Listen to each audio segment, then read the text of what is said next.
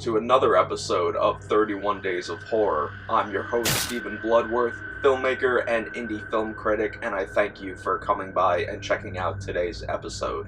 We talked about the grindhouse horror films of the 70s, but now we're going to go into the TV films of the 1970s. Believe it or not, there were a lot of made-for-TV horror films from the 1970s that even showed a lot of big actors from the time. Bad Ronald, The Little Girl Who Lived Down the Lane, Crawl Space, all of these are examples of what filmmakers could do with only 60 minutes. Don't Be Afraid of the Dark from 1973 is a prime example. It's your stereotypical haunted house film. A husband and wife move into a house and the handyman are showing them around and showing them basically what needs to get done in the house. While searching the house, the woman comes across an old study that hasn't been used in several years. She then comes across an old fireplace that has been sealed up with bricks. When she asks the handyman what the deal is with the bricks, he is very hesitant on telling her what it's for. She insists on the bricks being removed from the fireplace, but the handyman is very hesitant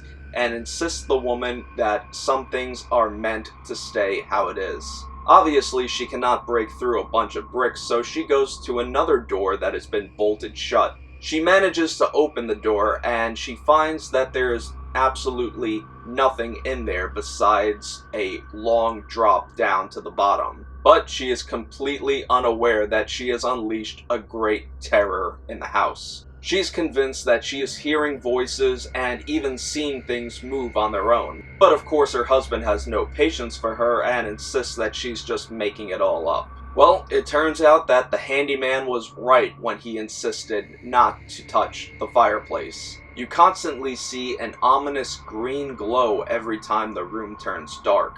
And this green glow comes from these little monsters that decide to run about the house. There's really no explanation in the film to who these monsters are and how they got there in the first place. I'm not going to spoil the ending, but I must say it ends very similarly to the way a lot of 70s TV horror films end. There was a remake of Don't Be Afraid of the Dark from 2010, but I really am not wasting my time with it. Many people may classify Don't Be Afraid of the Dark as campy, but I call it a fun and cheesy thrill from the 1970s. We have plenty more films from the 70s to cover in these 31 days, so stay tuned.